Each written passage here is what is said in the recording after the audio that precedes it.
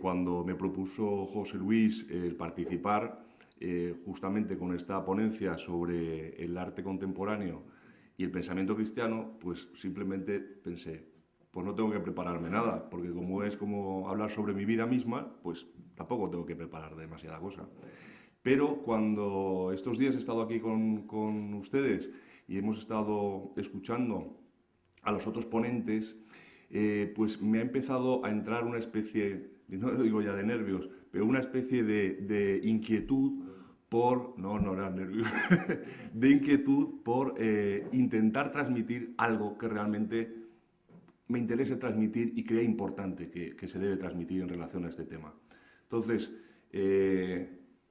en vez de contar lo que para mí es tan fácil, que he contado tantas veces, lo que he hecho ha sido un pequeño PowerPoint para con imágenes de arte contemporáneo y de forma plástica, que es de lo que vamos a hablar, poder comunicar aquello que yo creo que es un problema, aquello que creo que es algo importante, ¿no? para la sociedad, que es el ser conscientes de cuál es la situación entre el mundo del arte contemporáneo y la Iglesia Católica. Bueno, que a la vez es la situación del mundo del arte contemporáneo y la sociedad en general. Entonces, para mostrarles, antes de empezar, lo que he hecho ha sido plantearme unos objetivos, de qué vamos a hablar. Y antes de empezar a hablar de esta situación, quería preguntarles, pues, hacernos esta pregunta: ¿cuál es nuestra posición ante el arte? Ante el arte y ante el arte contemporáneo nos lo vamos a plantear en general. Estas imágenes que les estoy mostrando, pues de Jean-Michel Basquiat, de otro de los artistas franceses que hizo un performance en los 60, pues una Eucaristía en la cual celebraba con su propia sangre. Bueno, estamos hablando de cosas que nos parecen tan modernas y tan llamativas, pero que ya son muy antiguas. Ya ven que hasta las fotos están en blanco y negro. Imágenes como esta del Cristo de Velázquez o la fuente de Duchamp, imágenes de Cristos como los producidos por León Ferrari, obras como las de Gilbert and George, expuestas en todos los museos principales del mundo de arte contemporáneo y que han participado hasta de la liturgia de la Iglesia, o también obra como la mía, que también la pongo, pero obra como de Damien Hirst, el artista más cotizado contemporáneo en el momento. Yo creo que si dijera cifras de sus precios, creo que llamarían bastante la atención, nos despertaríamos todos. Pero bueno, poned la cifra que queráis, porque los precios de Damien Hirst son como casi hablar de sin precio, ¿no? El precio que alcanza en el mercado. Y otra obra mía. Bien, una vez visto este tipo de imágenes, estas obras que están en nuestro entorno sociocultural, me planteo solo 3 objetivos. Me había planteado 7, pero menos mal que los reduje a 3, para tampoco alargarme más, porque si no la conferencia sería muy pesada. Entonces, solo 3. 1. Lo que quiero es mostrarles cuál es la situación entre el arte contemporáneo y la Iglesia hoy. Y a la vez transmitir qué importancia tiene este arte, o sea, el arte contemporáneo y el arte en general, en la evolución de la cultura. El segundo objetivo es tratar la separación, la ruptura entre el arte contemporáneo y la Iglesia. ¿Por qué? ¿Por qué ha sucedido esto? ¿Por qué sigue sucediendo? Y el tercer objetivo es plantear unas propuestas. ¿Qué vamos a hacer? Yo personalmente estoy haciendo mi trabajo y lo estoy planteando de una forma. Por lo tanto, lo que yo les voy a hablar es de mi historia personal, qué es lo que he hecho yo y lo que estoy haciendo. Y por otra parte, pues quiero que nos dé un poco de tiempo al diálogo para que también ustedes puedan decir cuáles son las posibilidades que ven o si de toda esta situación que yo les estoy mostrando ven que hay algún tipo de estrategia para que desde nuestro punto personal o desde nuestro ámbito profesional o desde la Iglesia se puedan conseguir pues estrategias que solucionen este tema. Dentro de este primer punto, de esta separación e intento de diálogo a la vez de la Iglesia y el arte contemporáneo, pues lo primero que les voy a hablar es de eso, de la importancia del arte en la sociedad. La Iglesia es consciente desde siempre de la importancia de la transmisión del pensamiento, de la transmisión del Evangelio, de la transmisión de lo que es la visión del mundo y del hombre mediante el arte. Y de hecho, durante toda la historia de la Iglesia, toda la historia de la humanidad, el arte ha sido un vehículo de mostrar cómo el hombre, el artista de cada época, expresaba, vivía, profesaba aquello que se le daba a conocer, que se le revelaba, incluida también la revelación del misterio de Cristo. Ese diálogo entre Iglesia y arte, que se ha mantenido siempre, hay un momento de la historia en la cual pues ya no es tan dialogante, y es al principio del siglo XX. ¿La Iglesia deja de dialogar con el arte contemporáneo? No. Por eso digo que en esa separación siempre se mantiene ese intento de diálogo. La Iglesia siempre está abierta, y de hecho actualmente lo está también, a dialogar con todo el mundo, porque es Iglesia católica universal. Entonces, a todos los artistas, desde los artistas que han sido más rompedores o pueden ser hasta ofensivos con la Iglesia les tiende la mano. Y por eso digo que el diálogo, ese intento de diálogo, sí que permanece. Ya con Pablo VI, en su primera convocatoria a los artistas, que es la que se celebró ahora para celebrar el 75 aniversario en Roma, y a la que tuve la oportunidad y el privilegio de ser invitado por el Santo Padre, Benedicto XVI, pues siempre, y pasando por Juan Pablo II y todas las declaraciones del Magisterio del Vaticano II en relación al tema del arte, y las también, no solo del arte, sino también de las propuestas contemporáneas, siempre se ha establecido esas ganas, esa forma abierta de la Iglesia ante todo, ante también lo contemporáneo. Pero, bueno, el porqué, clarísimo, que por la importancia que tiene, lo que estamos diciendo, en la transmisión de la visión del hombre, la visión del mundo y la visión cristiana, ¿no? Que nos puede ayudar pues, a transmitir el Evangelio y a llegar a la salvación. Entonces, eso es importante para la Iglesia, importante para el ser humano e importante para la sociedad. La sociedad se ve totalmente influenciada por el mundo del arte. Nosotros podemos decir, mira, a mí no me gusta el arte, yo voy muy poco a los museos. Bueno, total, esto es para millonarios, para los que tienen dinero y se compran cuadros caros y los ponen en sus casas. Pero aunque nosotros queramos estar totalmente separados de este tema, el hecho de que artistas como Damien Hirst o Gilbert George estén expuestos en los principales museos del mundo, estén en los libros de historia que estudian nuestros hijos, estén avalando la formación académica de los futuros profesores en las facultades de Bellas Artes, está influenciando muchísimo en la sociedad. Está influenciando en cuál es nuestro estilo de vida, en cuáles son nuestros objetivos, en los que hemos dicho en todas las conferencias, bueno, y el empresario que quiere, y el economista que quiere, y el deportista que quiere. Bueno, pues todo eso no solo está influenciado por modas, entendemos lo del tema moda, el término moda sí que lo entendemos, Pues que el término moda está totalmente embebido y construido por lo que son las líneas y las propuestas artísticas, que transmiten de forma estética el pensamiento de una sociedad.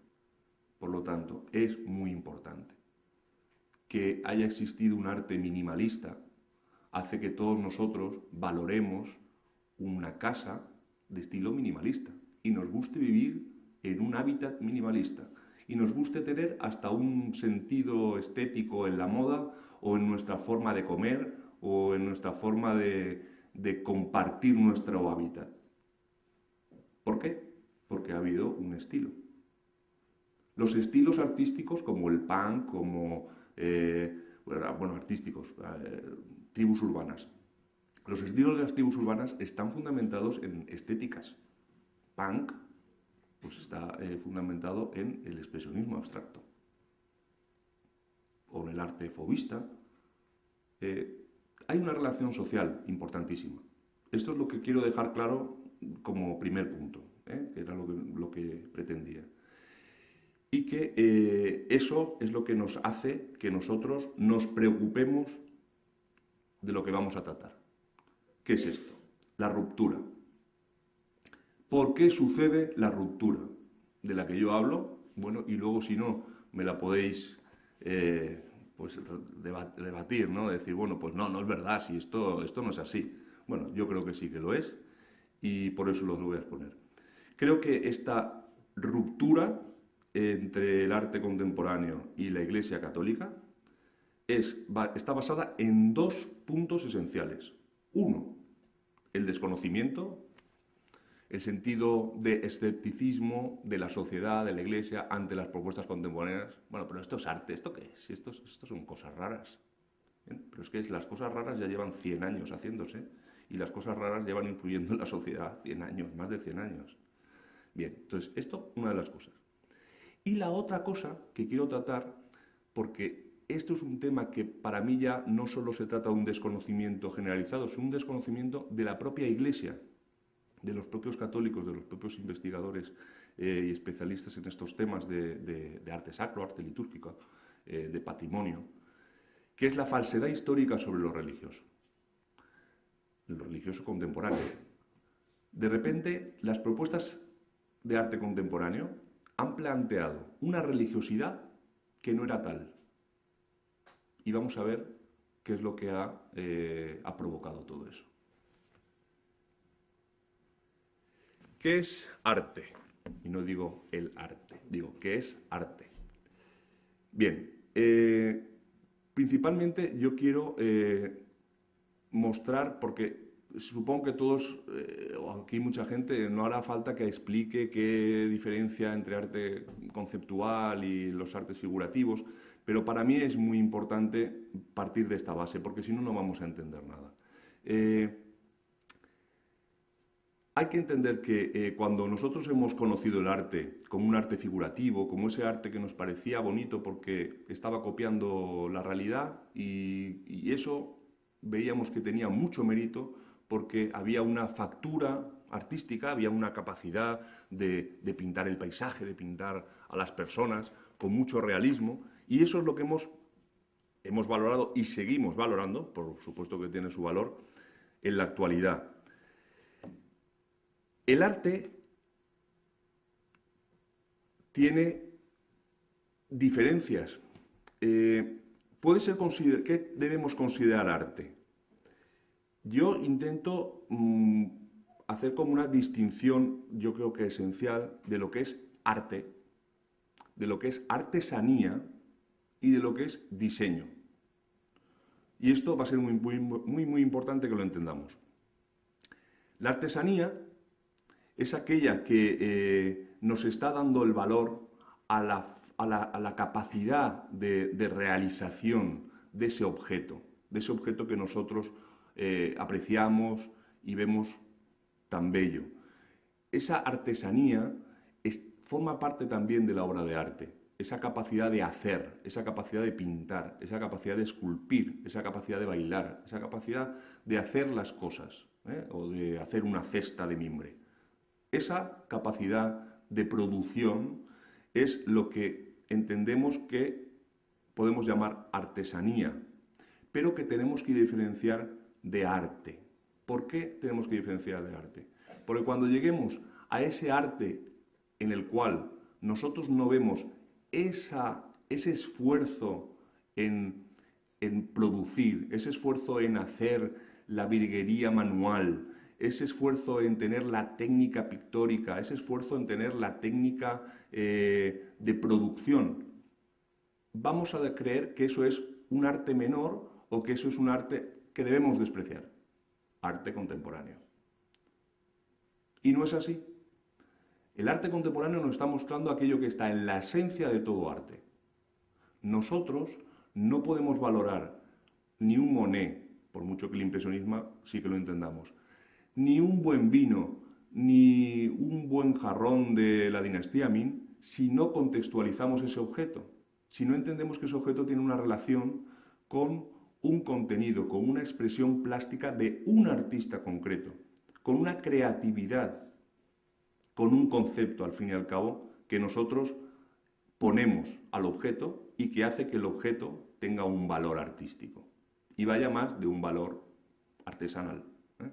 Entonces, esa diferencia es esencial porque es la diferencia que nos ha un poco empezado a separar. Cuando nosotros, pues acostumbrados al arte del siglo XVII, Cristo de Velázquez, maravilloso, precioso, no nos hace falta mucha explicación, no nos hace falta entender mucho concepto. Nosotros ya tenemos una educación básica para saber de qué personaje está hablando, qué significa esa iconografía, en fin, lo tenemos como todo ya muy fácil. Y vemos además lo que os estaba diciendo, el factor artesanal. El pintor sabía pintar, qué bien pintaba, era Velázquez. Pero pasan los años y en 1917 tenemos una propuesta de Marcel Duchamp en el cual una cosa tan grotesca, vulgar, cotidiana y poco, en principio, bueno, poco estética. Ahora a lo mejor los diseñadores dirían, bueno, pues sí, tiene su estilo, ¿no?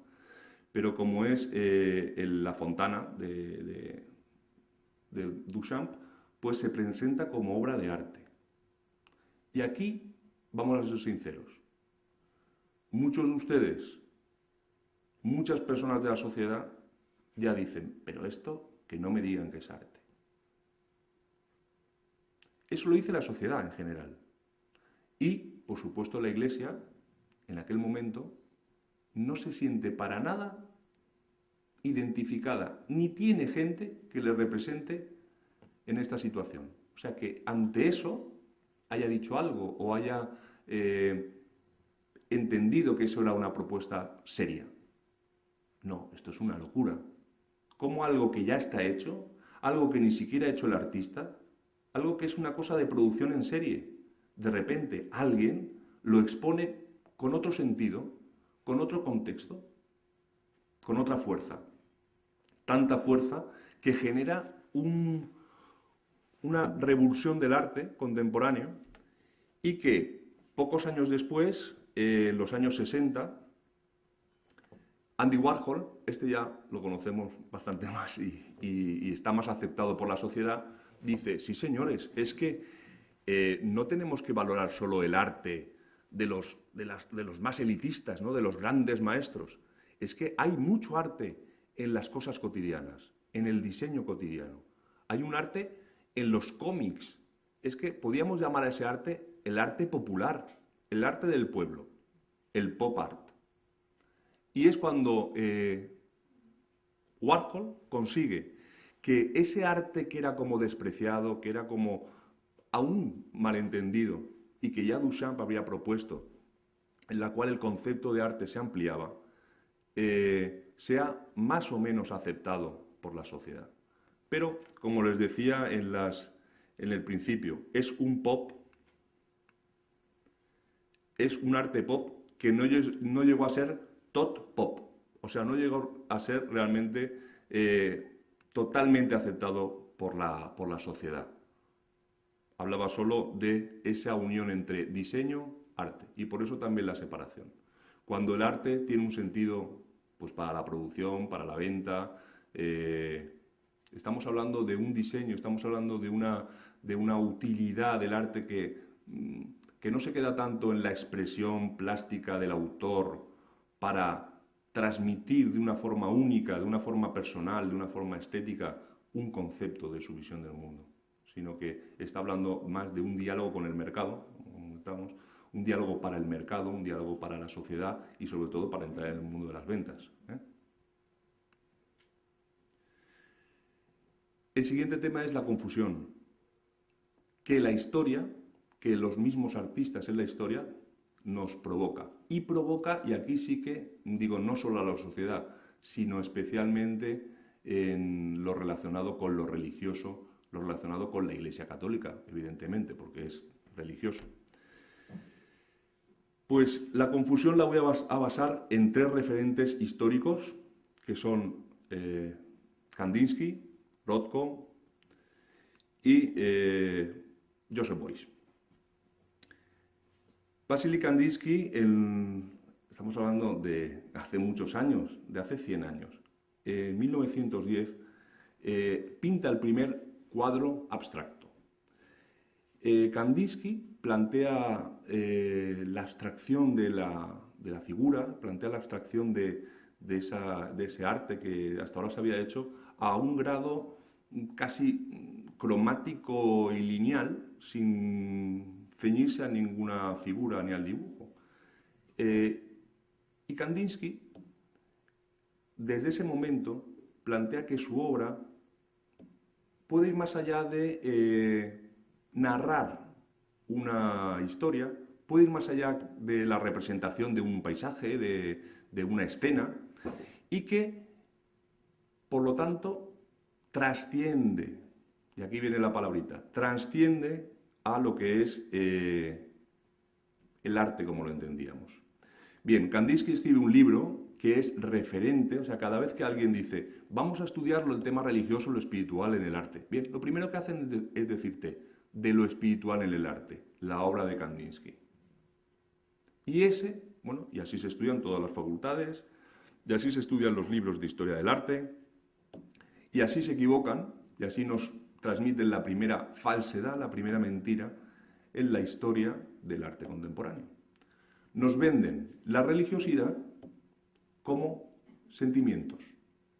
O sea, lo religioso que es aquello que no es una figura, aquello que no es algo que yo pueda percibir, sino algo que yo puedo sentir, como siento el frío, como siento el calor.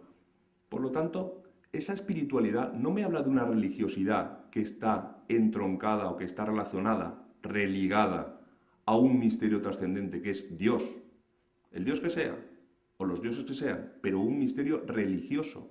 Eso es religión, que tenga un misterio trascendente. No, aquí no hay misterio trascendente, aquí hay sensaciones. Por lo tanto, esa espiritualidad habrá que ponerla en entredicho. Bien, pues si este es el padre de lo que llamamos el arte religioso, llevamos muy mal encaminados. Bien, tan mal encaminados que años después, y en la actualidad, existe Mark Rothko, ¿sabéis? Este artista tan famoso, tan cotizadísimo, que está en todos los museos, el de los cuadros rojos, monocromáticos, rojos y azules, bicolores, y grandiosos, que por su grandiosidad impresionan y hacen mirar hacia arriba, y que por lo tanto ha sido siempre referente de la religiosidad en el arte contemporáneo, pues acaba su carrera y como ópera magna hace la Rothko Chapel, o sea, la Capilla Rothko. La Capilla Rothko, referente internacional de todo lo que hablamos de arte religioso, es un ejemplo de lo que no es religiosidad. Es un ejemplo de lo que es una instalación atea y que en ningún libro aparece así, ni nadie habla de eso. Rothko, artista agnóstico, ateo, acaba en el suicidio, plantea como última obra esos cuadros negros a los que contemplar No porque estos cuadros, nosotros nos podíamos sentar ahí y podríamos pensar, no, el interior, vamos a la noche oscura del alma, vamos a rezar, vamos a pensar en Dios. Bien, podríamos pensar eso, pero no era su intención. Su intención era mostrarnos que no había nada. No había nada, que llegaba a la contemplación de la nada, del sinsentido. De que el color se acababa. De que no había opción por los colores. Ni por el blanco, ni por el colorido, ni por la luz. La opción era el negro, la nada. Bien, es otra de las muestras de por qué el arte religioso, tal como se entiende en la actualidad, pues tiene muchísimas confusiones. Una, lo que decíamos al principio, por la complicada comprensión del arte contemporáneo. Otra, por la falsedad que se transmite en los principales artistas que son referentes en lo que el llamado arte religioso. Y que, sin embargo, quedó abierto a otro tipo de religiosidad, a la religiosidad más genérica, panteísta, el budismo, el hinduismo. Sí, estas religiones sí que encontraron su forma de dialogar con este tipo de arte. ¿Sí? Pero la Iglesia Católica se distanció. ¿Dónde se quedó la Iglesia Católica? Pues se quedó en el planteamiento del arte religioso, ¿sí? Es aquel arte que, podríamos decir, todo arte religioso, porque todo arte trasciende, todo arte está relacionado con el ser humano, y como el ser humano es en parte religioso y trascendente, pues tiene esa religiosidad implícita, aunque no queramos.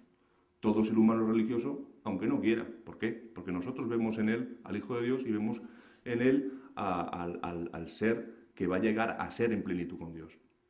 Bien, entonces, ¿qué tendríamos que diferenciar? Bueno, pues el arte religioso del arte sacro, aquel arte que además nos está sirviendo para la oración, que nos está sirviendo para arrodillarnos delante de un icono, de una imagen, y que nos ayude a sentir aquello que sabemos que tiene un contenido detrás. También está el arte litúrgico, que la Iglesia también lo controla. Aquellos objetos, aquellas piezas que especialmente son cuidadas porque tienen una funcionalidad dentro de los sacramentos, dentro de la liturgia de la Iglesia. Entonces, todo esto sí que está cuidado. Pero, ¿dónde se queda el arte cristiano contemporáneo? Aquel que a lo mejor no, sí, por supuesto religioso, pero no tiene un valor pues para arrodillarse y rezar, o no tiene una funcionalidad litúrgica, pero igual sí que puede tener una funcionalidad social. Bien, y aquí les muestro ejemplos de arte donde no se reconoce el sentido religioso. O sea, donde no es que no se reconoce porque nosotros no lo reconozcamos, sino que la propia Iglesia tampoco reconoce si esto es o no es bueno. O sea, que ahora nosotros iríamos a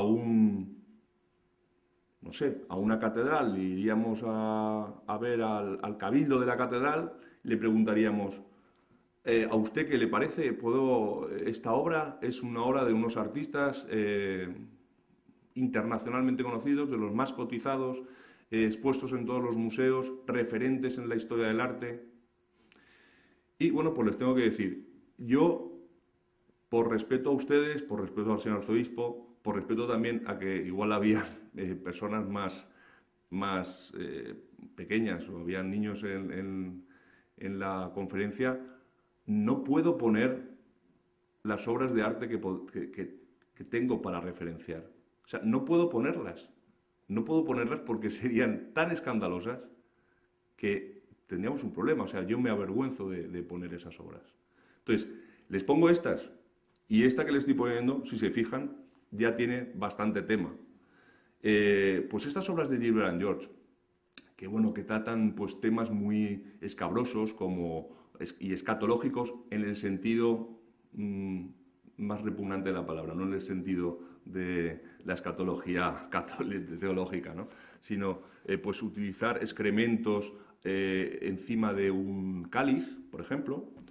Bueno, pues el otro día, además estando con José Luis Sánchez, nos explicaba uno de los críticos de arte, Fernando Castro, cómo cómo un sacerdote tan abierto, tan dialogante con el arte contemporáneo, había utilizado una de estas maravillosas obras para celebrar la Eucaristía como fondo en el altar.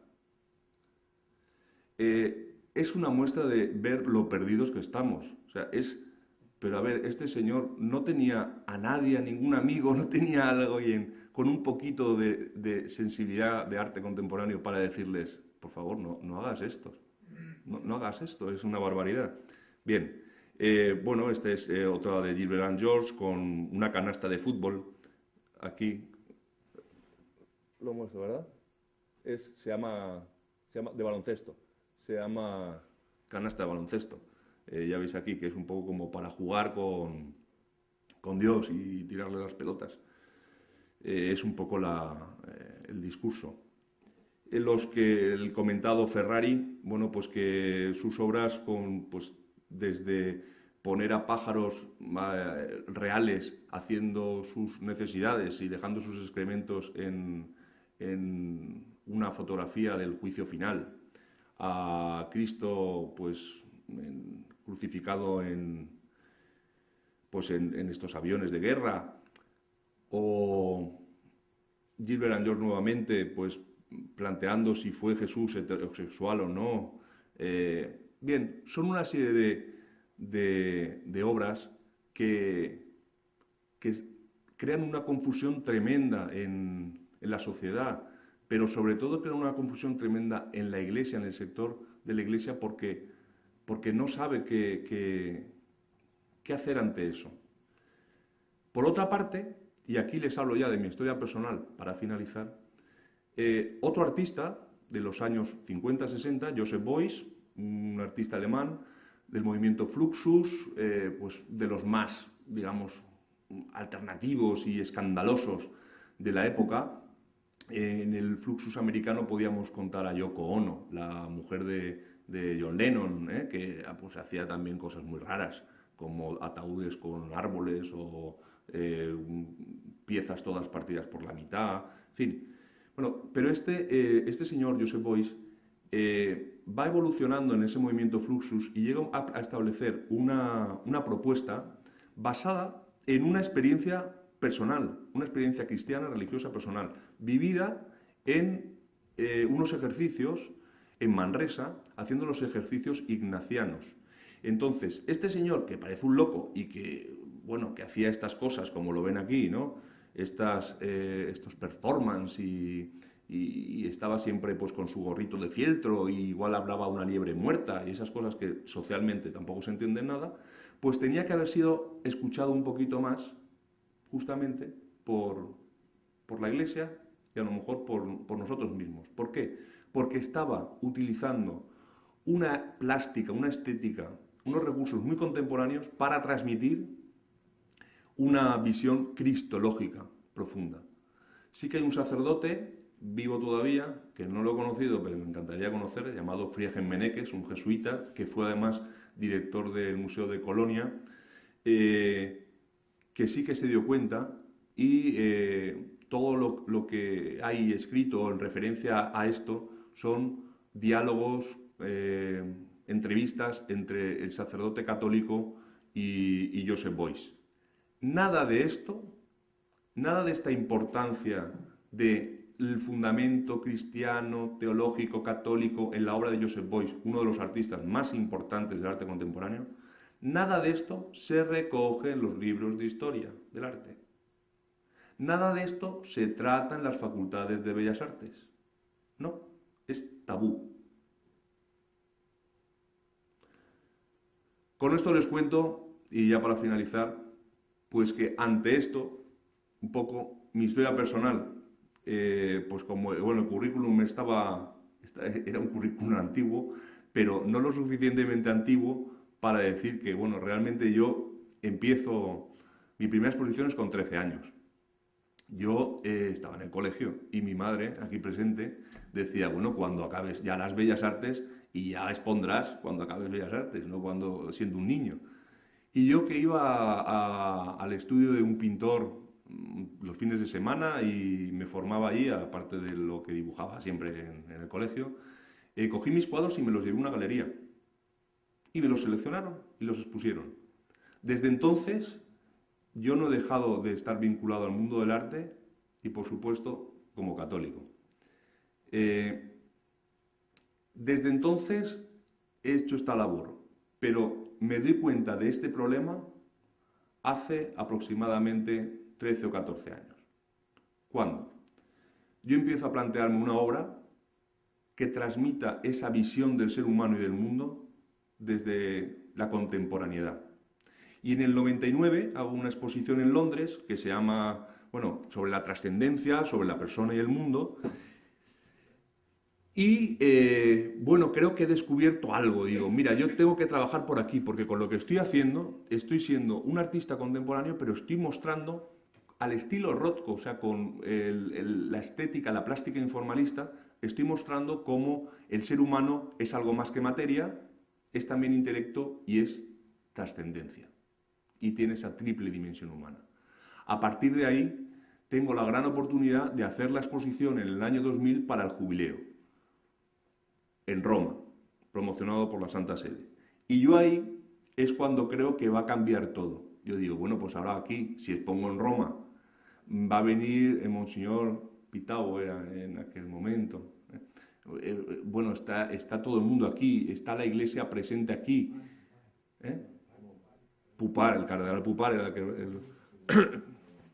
bueno, el presidente del Consejo Pontificio de Cultura en aquel momento, que viene a la exposición, todo tan maravilloso. Yo digo, bueno, muy bien, ya se han enterado de lo que tengo que hacer y que de esto hay que promocionarlo más. Mira, yo creo que no se habían enterado de nada. Creo que lo único que me enteraba era yo. Bueno, a partir de ahí empieza ya mi trabajo pesadilla de intentar pues llevar a cabo aquello en lo que confío, que es una de las propuestas que voy a proponer, o que voy a decir al final, que es pues hacer mi trabajo relacionado entre el arte contemporáneo y la teología católica. Continúo ya desde entonces pues con la no exposición que también utiliza los desastrosos sucesos del 11S en Nueva York para mostrar de forma conceptual, en un performance, en una acción que realizó en el IBAM, que el ser humano es algo más que el desastre, que es algo más que el mal que ha mostrado con el asesinato de otras personas, ¿no? En el 2003, con la exposición Nihilismo-Trascendencia, en el Politécnico, también intento hacer intervenir a las personas en cuadros blancos que descienden al suelo mediante unos caminos de algodón y que la gente puede pisar, de forma que muestra cómo esa humanidad, ese paso, esa historicidad del hombre está latente en la obra que quiero mostrar, y cómo el óleo blanco, que es Cristo, que es el sacramento, que es el signo de Dios que redime, pues hace toda esa redención de la historia humana y trasciende al blanco puro. Mi tesis doctoral, como don Carlos ha comentado, pues intenta rescatar aquel secreto escondido de artista del movimiento Fluxus de los años 60, que trata el tema teológico y que la historia esconde. En el 2005 ya pues intento mostrar todo esto a nivel internacional, en exposiciones como la Feria Circa Puerto Rico, en Miami, en Shanghái. Realmente yo los últimos 5 años, no aparecía en el currículum, pero donde estoy trabajando más es en Asia, en China. Y ya saben que allí pues, no son tan religiosos y menos católicos. Pero sin embargo, el hecho de estar haciendo un arte que no utiliza mucha iconografía también me permite poder transmitir esos conceptos sobre el ser, el hombre, y sobre el Cristo, y sobre la revelación, sobre el Evangelio al fin y al cabo, de una forma mucho más sutil o mucho más dialogante, desde lo religioso. Igual que desde lo religioso todos estos artistas contemporáneos están hablando del panteísmo, están hablando del budismo, están hablando del hinduismo, pues igual que desde los religiosos están haciendo esto, pues yo estoy intentando utilizar esa plástica, esa estética religiosa general, para que al profundizar nos lleve a la visión cristiana. Bien, ahí estas son algunas de las imágenes, pues que lo estoy diciendo, de la no exposición. Esta es la exposición Nihilismo Trascendencia, a la que hacía referencia, la obra de los cuadros blancos con los caminos, que mostraron toda una instalación, la tesis, y esta es otra obra. Esta obra es de Damien Hirst, es toda una vitrina en formol, de carne abierta, de una vaca abierta, creo que es, con una paloma que representa el espíritu de la persona, el espíritu de la materia, o también al Espíritu Santo, que queda enjaulado, porque no va a ningún sitio y hay un paraguas aquí arriba y está en un sillón esperando a la nada, esperando a que no va a trascender, porque la propuesta de este artista, el más cotizado a nivel internacional, el más expuesto en estos momentos, el más importante en la influencia social del arte contemporáneo, es un señor que lo que está diciendo es que el ser humano no es nada más que materia, y cuando se acaba la materia se acaba todo, y entonces las vacas, los tiburones y todo lo que esté en formol, pues es lo único que queda. Entonces, ante eso, yo lo que hice fue una serie de fotografías, verán aquí, que una maletita con una ataúd franciscana, que ponían delante de esta propuesta toda otra propuesta diferente, que habla de una espiritualidad que está siempre presente en el ser humano, que está revelada por Cristo y que hay que contraponer a ese discurso. Es una contraposición de discursos, por así decirlo. Bien, había preparado, para finalizar, una conexión en YouTube con lo que fue el encuentro con el Papa, para ver los vídeos, pero para concluir, de todas formas, antes de, si quieren lo podemos ver ahora, lo que quería es proponer cuál es mi propuesta ante esta situación.